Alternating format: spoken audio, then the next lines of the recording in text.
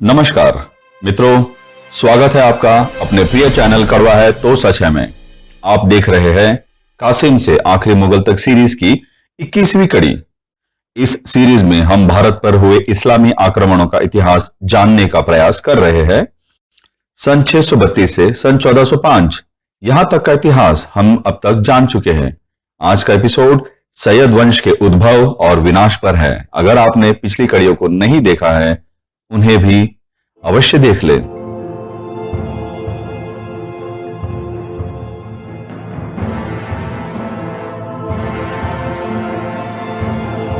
सन 1399 तैमूर भारत से लूट मचाकर, दिल्ली को उजाड़कर, दिल्ली को बर्बाद कर, भारत के वीरों से लड़ता हुआ, हारता हुआ, दुम दबाकर समरकंद भाग गया। तैमूर तो भाग गया, लेकिन उसका एक गुर्गा सिंध के मूल स्थान दीपलपुर और लाहौर जैसे कुछ प्रदेशों पर कब्जा कर बैठ गया। उसका नाम था खिजर खान। यहां नुसरत शाह ने दिल्ली की गद्दी हथिया ली, लेकिन ज्यादा दिन टिक नहीं पाया। दिल्ली छोड़कर भागना पड़ा और मारा गया। उस समय मोहम्मद तुगलक गुजरात में छिपा बैठा था।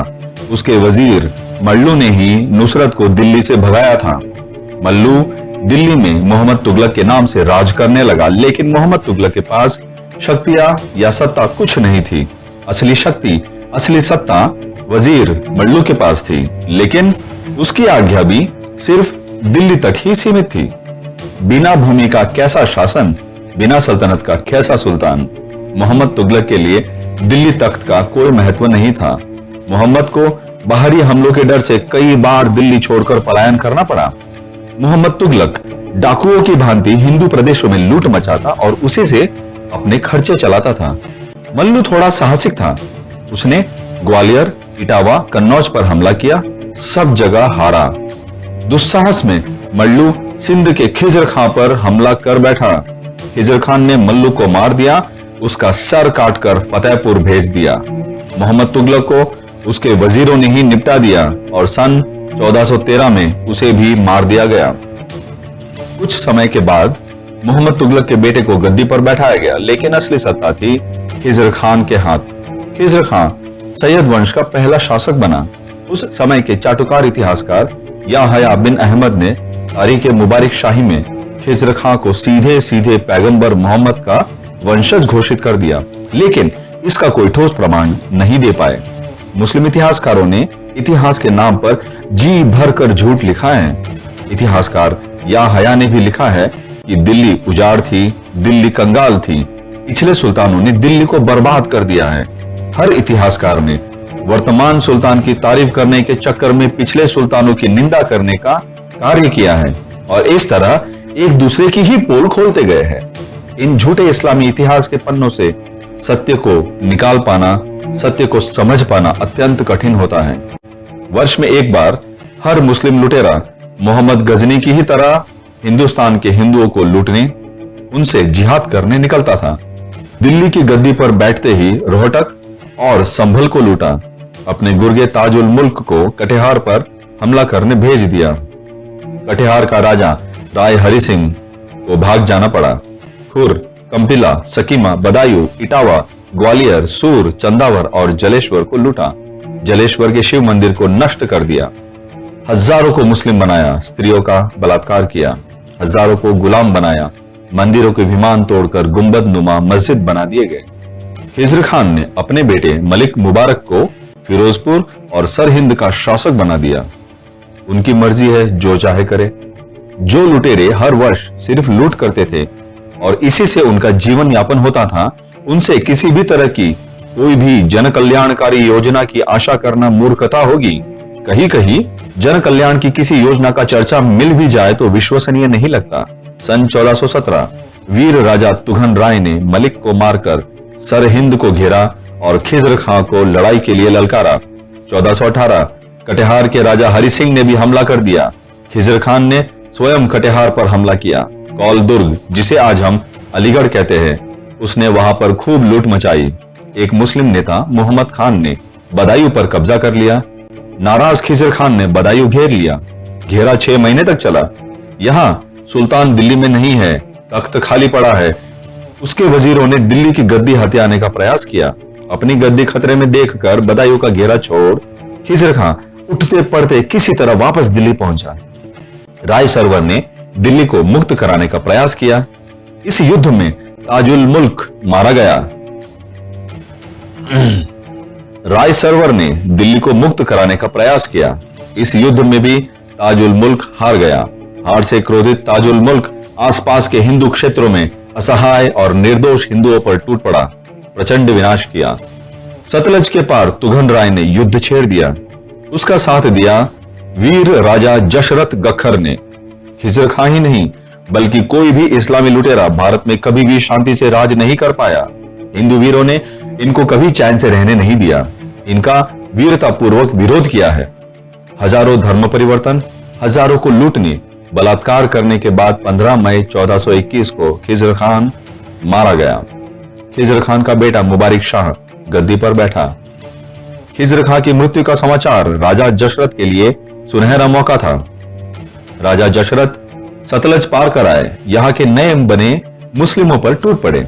नए नए मुस्लिम बने हिंदुओं ने और कुछ सीखा हो या ना सीखा हो, लेकिन लूट की कला और बिना लड़े पलायन की कला सीख ली थी। पंजाब और सिंध का शेर था जशरथ गखर। जशरथ को रोकने के लिए मुबारिक शाह पंजाब की तरफ निकल पड़ा। मुबारिक शाह जलंधर नदी पार नहीं कर पाया। मुबारिक शाह को एक भी नौका नहीं मिली, क्योंकि सारी नौकाएं राजा जशरथ ने समय रहते अपने कब्जे में कर ली थी। जम्मू के हिंदू राजा ने मुस्लिम लुटेरों से अपनी जनता को बचाने के लिए संधि कर ली और इस युद्ध में मुबारिक शाह की सहायता करने लगा। उसकी सहायता के बाद भी मुबारिक शाह जीत नहीं पाए। हारकर सुल्तान लाहौर भाग गया। राजा जशरथ ने पीछा नहीं छोड़ा, लाहौर दुर्ग को घेर लिया। अगले 35 दिनों तक मुबारिक शाह की सेना को सफाया करते रहे। मुबारिक शाह फिर भागकर दिल्ली पहुंच गया। लूट मचाने के लिए गंगा पार राठौड़ प्रदेश पर नजर दौड़ाई। उनके हमलों से बचने के लिए इटावा का राजा राय सरवर का पुत्र पहले तो पलायन कर गया, लेकिन अपनी कायरता और देशद्रोह का प्रायश्चित करने वापस लौटा और इटावा को फिर अपने अधीन कर लिया। राजा भीम, जिसने जशरथ के विरुद्ध मुबारिक शाह की मदद की थी, राजा जशरथ ने भीम को हराकर उसके राज्य को अपने अधीन कर लिया। इतने ओजस्वी वीर राजा को, जिसने लगातार आक्रांताओं से देश को बचाया था, उसको हमारे इतिहास से गायब ही कर दिया गया।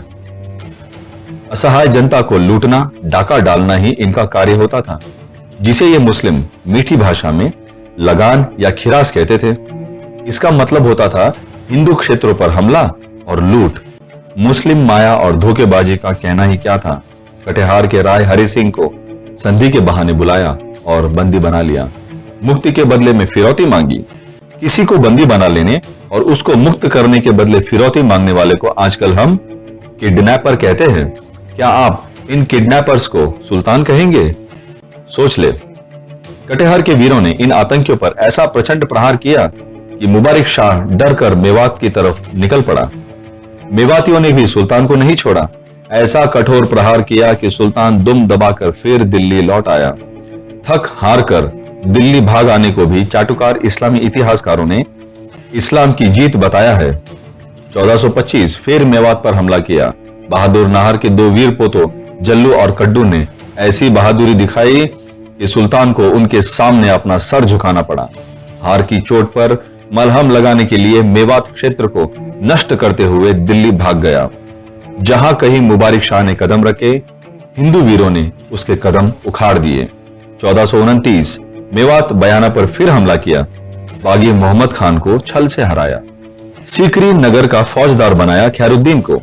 ये वही फतेहपुर सीकरी है जिसे बसाने का श्रेय अकबर को दिया जाता है, जबकि हम आपको जो कहानी सुना रहे हैं ये 1429 की है और महान अकबर अभी पैदा भी नहीं हुआ है। इतिहासकारों ने लिखा है कि सुल्तान जहां कहीं जाते वहां के राजा बिना लड़े, बिना विद्रोह किए खिराज या नजराना देने को राजी हो जाते। आज की कहानी के बाद यह बात भी झूठी साबित हो जाती है। किसी हिंदू राजा ने बिना लड़े हथियार नहीं डाले, बिना लड़े नजराने नहीं दिए। मुबारिक शाह तो हर राजा से हारा था। मोहम्मद खान ने बयाना में विद्रोह किया। जशरथ गखर ने पंजाब पर आधिपत्य जमा लिया। राजा जशरथ ने दिल्ली को मुक्त कराने का भी अभियान चलाया था और मुबारक शाह के सेनापति को मार भगाया था। यहाँ सुल्तान शेख अली की चर्चा करना आवश्यक है। शेख अली नए नए हिंदू से मुसलमान बने थे, लेकिन हिंदू हृदय में देशभक्ति अभी बाकी थी। उसने मुस्लिम तरीकों को अपनाकर मुस्लिम सुल्तानों को ही नष्ट करने का कार्य किया। ऐसा याहया बिन अहमद ने स्वयं लिखा है।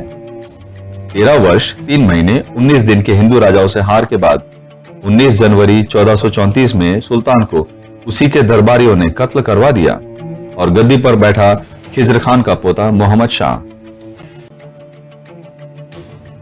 ऐशो आराम में मस्त सुल्तान पर मालवा की खिलजी ने हमला बोल दिया। उसकी सेना का सेनापति था अफगान का बहलोल लोधी। इस्लामी सेनाओं में जमकर रक्तपात हुआ। 1445 10 वर्षों के शासन के बाद मोहम्मद शाह की मृत्यु हुई। हो सकता है कि उसको भी जहर दिया गया होगा। इसके बाद सुल्तान का बेटा अलाउद्दीन सैयद गद्दी पर बैठा। आशंका ऐसी है कि बहलोल लोधी ने ही अलाउद्दीन को मरवा दिया था और इस तरह से 1405 से शुरू हुआ सैयद वंश 45 वर्षों के बाद 1447 में खत्म हुआ और इसी के साथ आज का कथानक भी खत्म हुआ। आज के इस कथानक के बारे में आपके विचार क्या है? आपके विचारों का वमन हमें कमेंट बॉक्स में दिखना चाहिए। चैनल को सब्सक्राइब कर ले और बेल आइकॉन भी दबा दे। तो मिलते हैं अगले एपिसोड में भयानक शैतानी आतंक और यातना का रिकॉर्ड तोड़ने वाले लोधी वंश का इतिहास जानने के लिए। तब तक के लिए जय हिंद, वंदे मातरम।